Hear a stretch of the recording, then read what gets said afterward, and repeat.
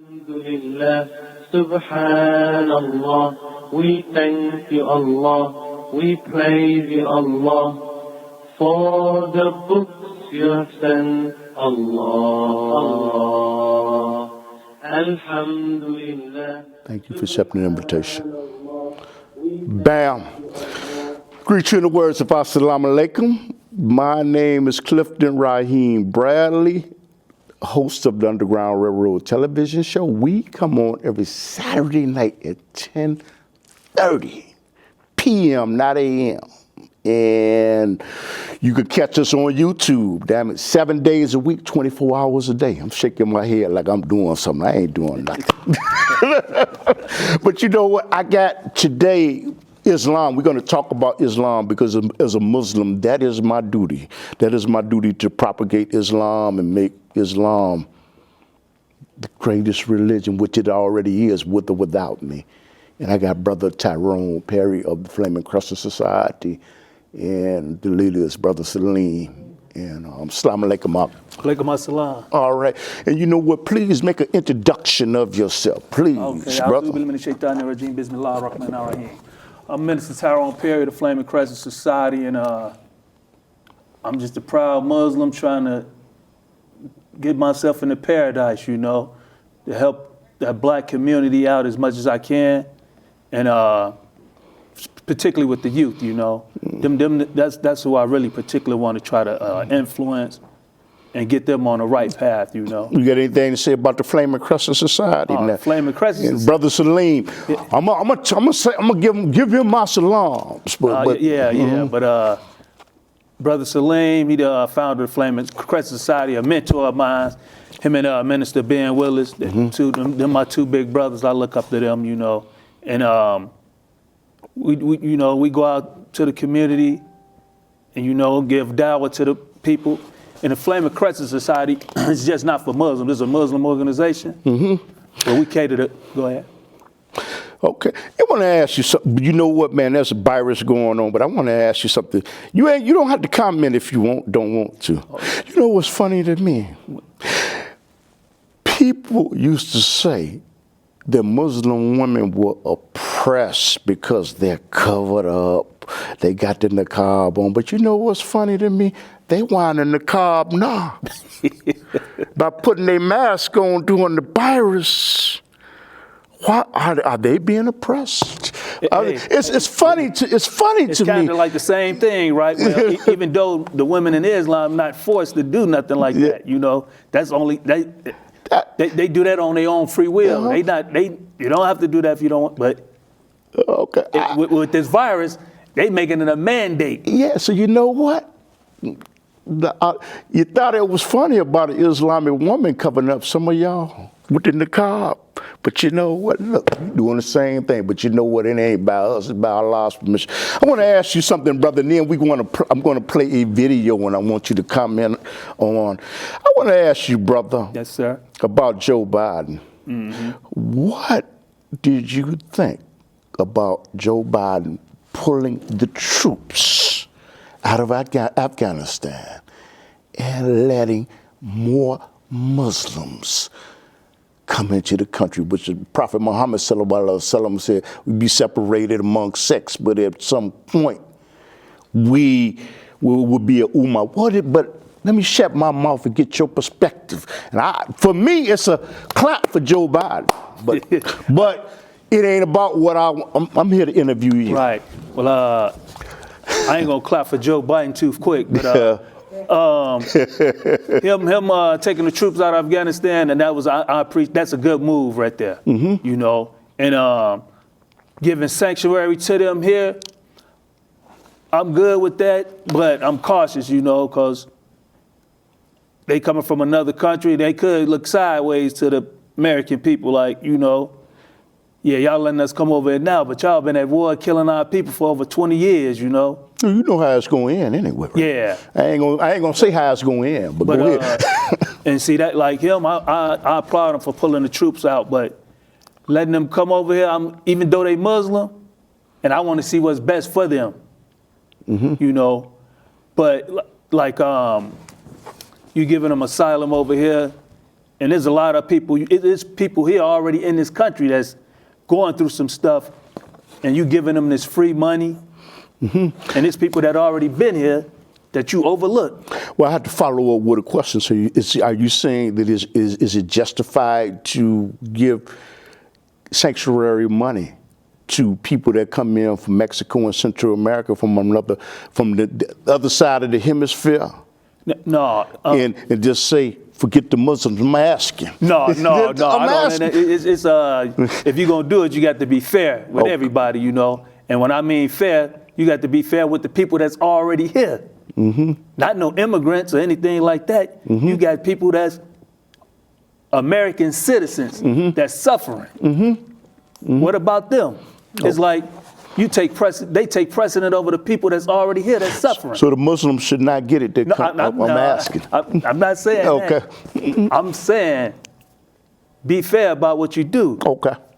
And President Biden. You know what? We're going to talk about Prophet Muhammad sallallahu alaihi wasallam. We have a video there about him foretelling what is going to go on in the signs of Yama Kiyama, which means the day of judgment, in the dunya, which means earth. And I'm going to have Brother Tyrone give us his expertise and his wisdom. Okay, but there's a video. And half of it is going to be played, and then the other half will be played later on. So if you could play that half of it, and I want you to see it because I sent it to you. And you know what's strange? See what I mean, brother? Oh, do later. They had to stop recording the video, but continue talking. Okay, so you know what, like I say, that, you know what, it's strange, you know, like Prophet Muhammad sallallahu alaihi wasallam made very predictions, and it's coming, you know, it's true. And let the people know, like, you know, what he said, it wasn't from his own thing, you know, this was from Allah that let him, you know, gave this to them, these instructions. So anything that he prophesied or told about the forecome, that was from Allah. Yes. Because he's the all-knowing, you know. Okay, and you know what? One prediction that he made, not prediction, what he said, is that one of the signs is that men will start acting like women, and women will start acting like men, and men will start resembling women, and men, and vice versa. Do you find that to be true? Oh yes, and this been in the fort for years. Like, we just starting to see a lot of it now, but this has been happening years ago, you know. And with the foods that we eat, it like young girls getting in the menstrual cycle earlier than, like, when I was coming up, the young ladies got on their period when they was 12 years old, like that's 12, 13, the teenage. Now you getting the young girls, they starting their periods at 8, 9 years old. They menstruation. Now you got to ask yourself, what changed for them to start having their menstrual cycle so early? You know? So you got to think about the foods that they eat, the chemicals that's put in these foods. Let me see if is that video ready back there, Elma? No. Okay. Continue talking. Okay. Yeah. And you know what? Prophet Muhammad sallallahu alaihi wasallam said that, again, women that are childbearing age, they would negate the joy of having a child for later ages because of the opportunities that exist in the dunya on this earth. Do you find that to be true, and why? Oh yeah, definitely that's true. And I give that credit to the feminist movement. See, in my opinion, the feminist movement told particularly the African American females that, you know, you don't need no man. You could do all this stuff on your own. So they was providing better education. Well, they wasn't providing. Women was getting better education and getting better jobs than men. And they was like, you don't need no man. You don't need no man to provide for you. You could do all this stuff on your own. So they pretty much blocked the man out and like, I don't need no man.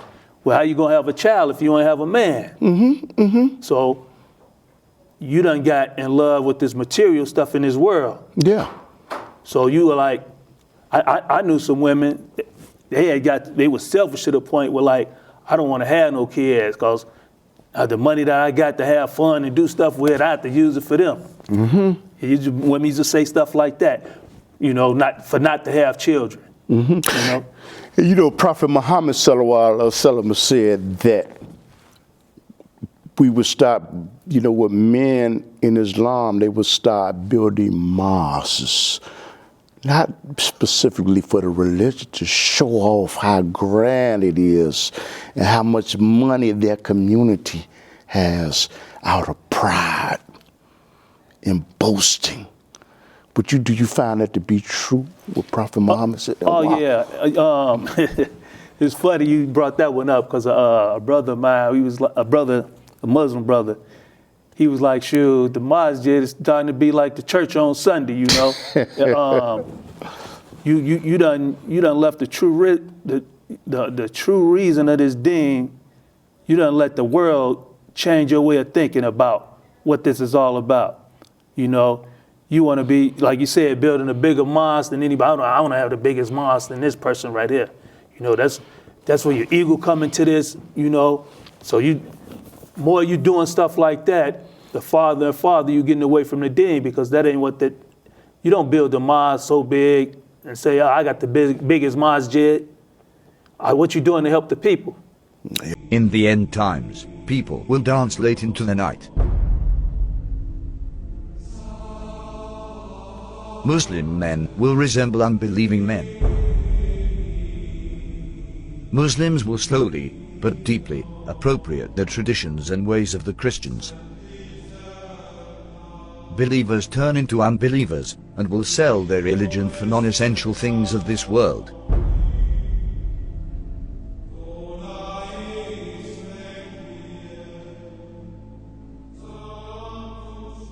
Women who will be dressed, yet will appear to be naked.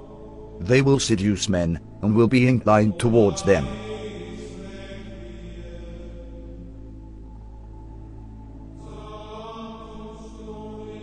With something on their heads that looks like the humps of camels, leaning to one side.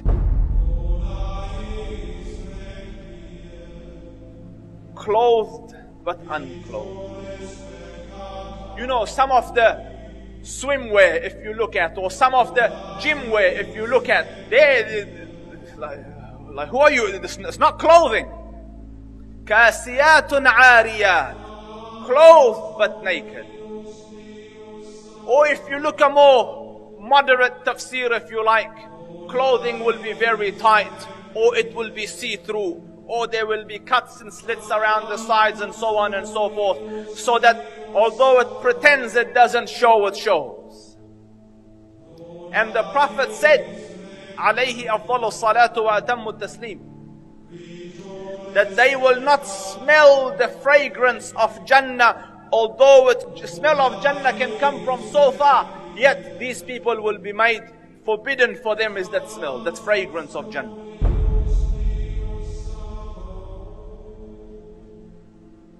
People will walk in the marketplace with their thighs exposed. This sign is very obvious, especially in Western countries. Keep in mind, these events are very recent. Just 100 years ago, even in these countries, the women wore modest clothes. The Prophet said, most certainly people from my nation will consume liquor, which they will describe with some other name. This is a prediction and a reference to the different brands of alcohol that are available today. Liquor stores are strewn throughout the city of Amman. By law, bars and liquor stores must be owned and run by Christians. No Muslims allowed. However, Muslims are perfectly free to patronize them, and they do. Our customers are both Christians and Muslims.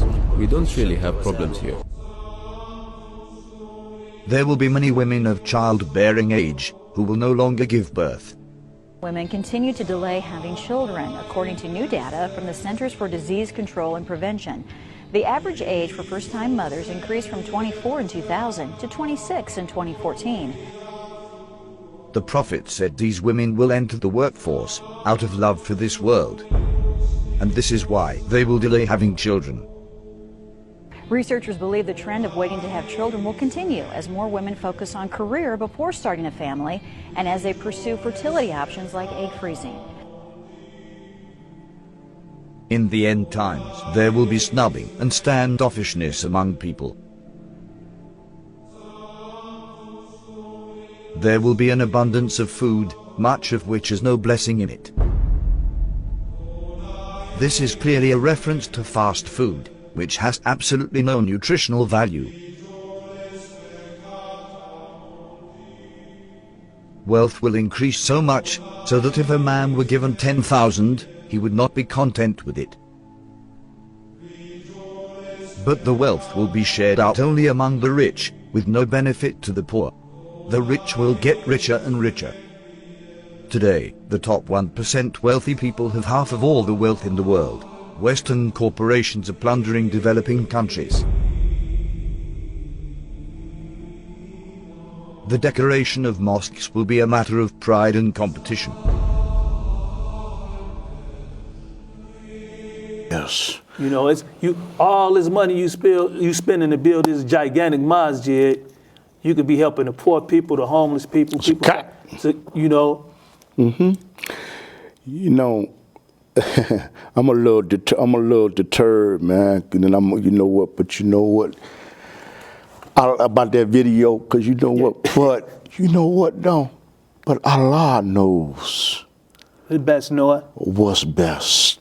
And, you know, I find it like when I do shows on Islam and I'm talking about something trying to propagate, I believe that there's an enemy, and the enemy is always the shaitan. Yes. Working to disturb something, and the devil is using somebody else as agents.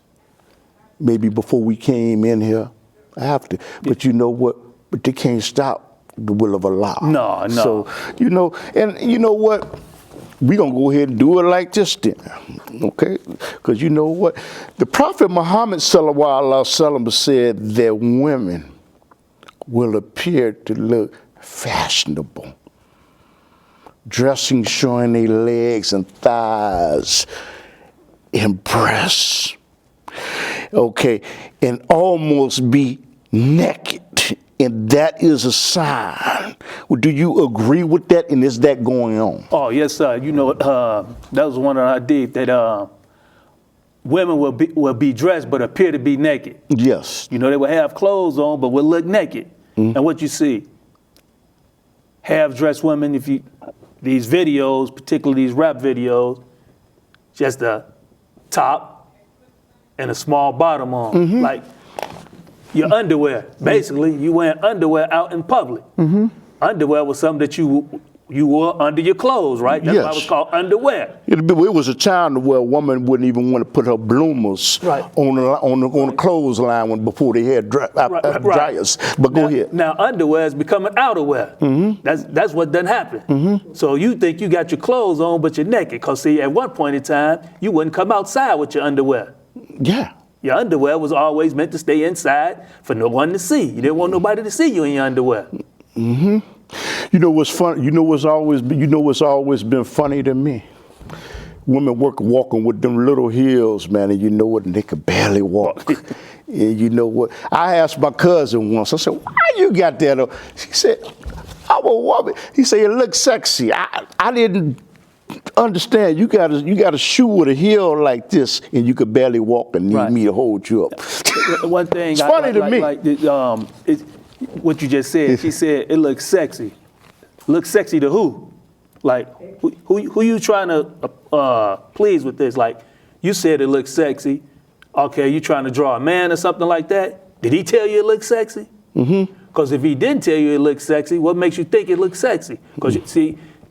If you're trying to impress another female or something like that, or you trying to impress a man or something like that, mm-hmm. Now that man got to tell you, oh, that looks sexy, for you to be like, okay, I'm gonna wear this for him. I'd like to ask you a question. This is dealing with marriage.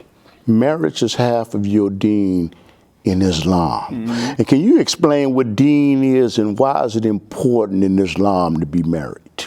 The deen is the way, basically the way of life, the way a Muslim should conduct itself in his society. Marriage is if you want to start a family, marriage, having kids out of wedlock, and I done seen this, and it is an exception to every rule, but me growing up, I had my mother and father in the house with me all my life. I never knew nothing else. No other man, no other woman, but my mother and my father. Now, some of the people I grew up with who didn't have both parents in their house, I seen how their life was. How they treated other people, particularly females. Because most of them, they grew up without a father. So a lot of them, very disrespectful to females, So the marriage is the beginning of family, You want a strong family, you got to have man and woman. I would like that. Oh, go ahead. In a marriage, I would like to ask you, so many non-believers, I'm sure you got some Muslims too, believe that it is okay to live with a man and engage in sexual intercourse with a man, and they are not married, and they really believe that that man loves them and respects them, and he uses them as a sexual tool. Why would a woman have that type of mindset to let a man go inside of them and they're not even married to him? Why? That's and let me ask you, and does that go against the teaching in the Bible? Does it go against the teaching in the Quran and the Torah and the Injil? Does it? Abundance of police squads and oppressive officials who wield whips the size of the tails of cattle.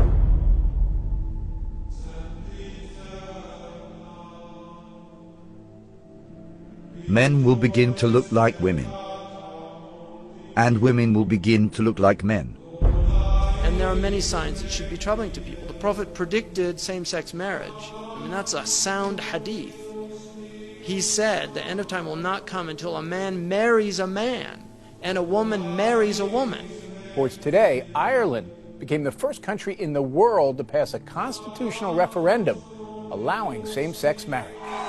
This is the moment same-sex supporters... And we have no evidence in human history that was ever... We have no evidence that any culture has ever sanctioned same-sex marriage. But he said it will be one of the signs of the end of time. He said you will see nikah al-rajul al-rajul, wa nikah al-mar'ati al-mar'a. And nikah here means clearly marriage, because homosexuality existed, so he wasn't talking about homosexuality or musahaqa. He was talking about marriage. He predicted that the buildings of Mecca would surpass the mountains. Who could have thought of that in the 7th century of Arabia? Who could have thought of that? He predicted that people would go out of their houses with things on their thighs that would tell them what was happening back in their families. He said that people would talk to shiraku na'lihi, which in Arabic, shiraku na'al is this. That is what a shiraku na'li, which is the universal sign today for telephone. And he said a man will talk to his shiraku na'al. That's how people say it, right? The Arabs call that shiraku na'al. The Prophet ﷺ predicted many, many things that have come true. That in the 7th century in Arabia, it just would not have been possible to predict those things, or they wouldn't even occur to people.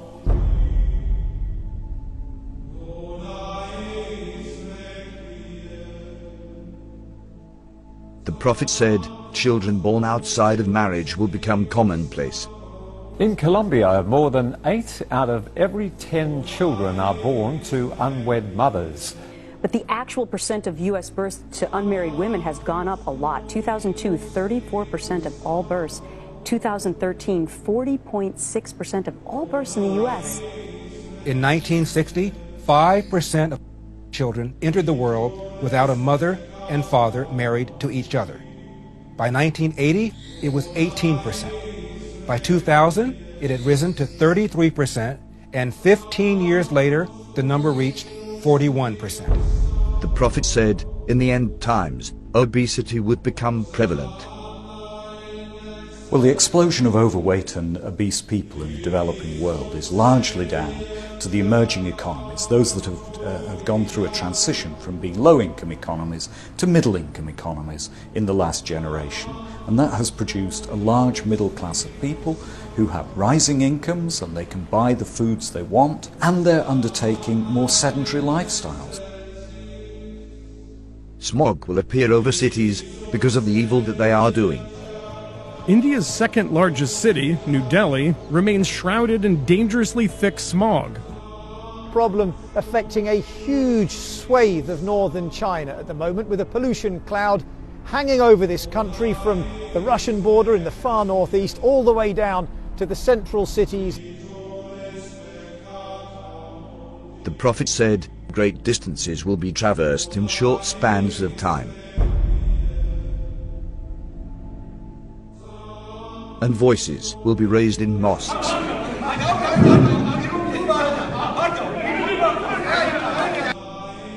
Rain will be acidic or burning. Acid rain is any form of precipitation with high levels of nitric and sulfuric acids. It can occur in the form of snow, fog, and even dry materials that settle to earth. Most acid rain is caused by human activities. That there will be dishes and they will be communicating constantly, and then people will break the ties of kingship.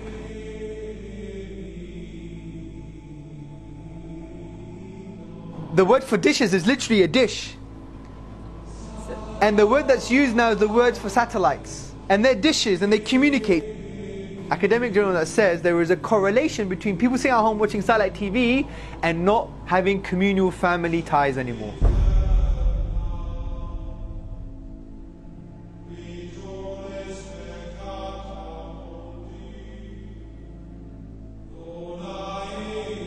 These signs leave absolutely no doubt about the prophethood of Muhammad. May the blessings of Allah be upon him. It's impossible somebody could predict all these signs 1400 years ago, except a prophet of God. These hadith were recorded thousands of years ago, in manuscripts that have been carbon dated back thousands of years by scientists. So nobody can even claim that these signs were made up to fit current events. What these signs also prove is that there is absolutely no doubt left that we are living in the end times. All the minor signs that have been... Yeah, well, a lot of women, I believe, like that, it's deal with low self-esteem, you know. And some women, they just, I guess they just like, hey, with that legal paper thing, you know, I don't even go with it, because, you know, in Islam, and particularly in this country, you don't have to be married. You don't have to be married like... You don't go downtown, I know. You're right. You don't have to get no marriage license or nothing like that. We get married like Allah said, you know.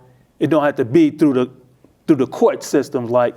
Oh, you don't want the kuffar. You don't want the kuffar involved. You know, if you can't help it, you don't want the kuffar, the non-believer, involved any more than they have to be. And a lot of people, they don't want to get the system to be, you know what I'm saying, that could dictate. Because divorces can be nasty, you know. Mm-hmm.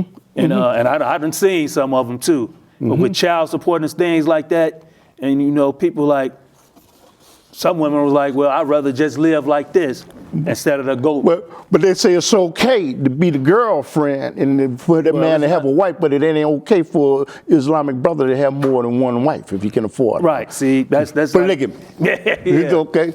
Yeah, and see what's wrong, like you said, what's wrong with that? No. You know, and it's a scarcity of men around here, so they doing it anyway. Yeah, that's why, you know what, I listen to the silly woman saying that there's a man for every woman. There is not.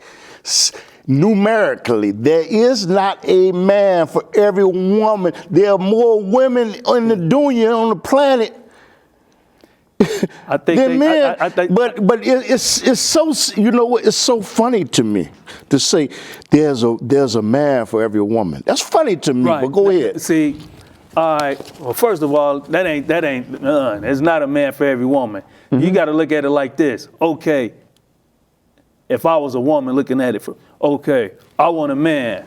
Okay, there's a shortage of men, but I just don't want any old man. I want a quality man. So then you got to look at things, particularly with black people. Okay. You got 5 minutes. Oh my God. All right. But anyway, I'm gonna take. You know what? I'm gonna say something. You know what? Inshallah, I'm gonna have you back. Inshallah, next month, if it's the will of Allah, because I'm very disappointed that the tape was not played. I'm disappointed. But go ahead, brother. We got 5 minutes. Yeah, you got the mass incarceration situation with black men, so a lot of them, locked up. So that's taking away the pool. That's one thing, taking away the men from black women. Then you got homosexuality, Yeah. That's another thing that's bringing the pool down. Yeah. Now you want a quality man making that big money, like that quality man might want one and one woman. Are you willing to share? Yeah. I want you to know something, man. I'm gonna put this on YouTube, but you know what? This is incomplete because you know what? I did not structure it this way. But you know what? We plan, but Allah plans. Right. Allah is the best planner because, like I said, we're in the United States. Yep. And there are enemies that hate Islam bitterly. Oh yeah. That's like I was telling you, what Brother Salim said. He always say, he was like, Islam is the religion that the United States fears the most. Ain't no question. Because it affects a lot of things that the United States like, money-wise, United States make a lot of money off alcohol, Alcohol is forbidden in Islam, so, like you always talking Sharia law, Oh, ain't no question. They don't want to see Sharia law. That bring true justice, brother. And that'll bring true justice. And to them, they got to be accountable now. No, because you know what they want to drink. They want alcohol. Or they want to be able to live with somebody in sin. Yeah. But besides that, look at the things you done did to human beings. Yeah. Now, see, you're going to have to be accountable for that. Ain't no question. Ain't no question. Brother Tyrone, you know what? We running a long time. Please, you know what? Inshallah, I'm going to have you back next month. Please tell us, how did they go to your Facebook, your YouTube, and all that? Tell us, man. I don't really be on YouTube like that, my page. I got a page, but I don't be using it. But you can follow me at Tyrone Perry on Facebook and on Twitter, Andrez, ANDREZ 328. That's my Twitter handle right there, And I do. You know what I do? Again, I apologize no because problem. This is not the way that I structured this interview, and I did a lot of work. But I know how you get down. But you know what? But we got 5 minutes. But you know something? You plan. What's the hadith? You plan. They plan, they're playing, and Allah is the best of planners. And what mosque do you go to, brother? I don't really go to no, cause I be working a lot. So, but I be listening online, and it's these brothers out in New York. I be listening to. Who are they? Masjid. Is Imam Siraj Wahaj. Oh, it's a good brother, yeah. And I listen to the Khutbah every Friday. Oh, praise to Allah. And then these brothers too, these other brothers. And like, it's some mosques, like you said, out here in Chicago, that I be like, cause I work on Fridays, and I gotta get this money. You gotta get the money. I remember the time I couldn't go to Jumu'ahs because I had to work. Jumu'ahs is like going to church for the Christians on a Sunday, but we go on Fridays. But what I do while I'm at work, I get my phone out and, Yeah, man. But, and that's a good thing. That's a good thing. You got a job. But I want to say, you know what? You got any finishing comments, bro? Yeah, thanks for having me on, y'all, man. The Underground Railroad is what's happening, man. Brother Clifton Bradley, he, like you said, he put in his hard work, you know, and I be checking you out on YouTube all the time, man, you know. And I love your work. I'm just here to help. That's it. Anybody needs, I'm here to help. That's my journey on this earth. You know what some fool said to me? They said, "Man, do you got the best show on television?" I said, "Brother, I got what Allah wants me to have." Damn it, your hand's shaking. You shaking me on the back and patting me on the back and telling me good. That's good, but I'm trying to please Allah. Yeah. Because you telling me all that. If Allah ain't pleased, all this stuff on earth ain't gonna make no difference anyway. Right. We gonna lead this place the same way we came. So you know, you got people with big egos, man. That, oh man, they love me and all that, brother. That don't mean nothing if Allah don't love you. Yep. We all going in a box the same way, no matter how much money you got while you're here. See. I laugh. I laugh in my head when they say my show is so great. I just laugh because you know what, Fox Television and CNN ain't beating down their door. I laugh. Right. I laugh about it. You know, but you know what? I'm trying to do what's pleasing to Allah. I'm doing this for selfish reason. I'm doing this to get half of that. Yeah. I'm doing this to get good deeds. Yeah. Assalamu alaikum, brother. Maybe the sister take a picture of us, and you know what? I want to let y'all know I'm doing this show, and he doing this show to get good deeds. Damn the pat on the back. It's a good show. We trying to do what's pleasing to Allah, because all your clapping and all your cheering, you know what? On the day of Yom Kippur, that ain't gonna make no difference anyway. Subhanallah, we thank you, Allah, we praise you, Allah, for the books you have sent, Allah.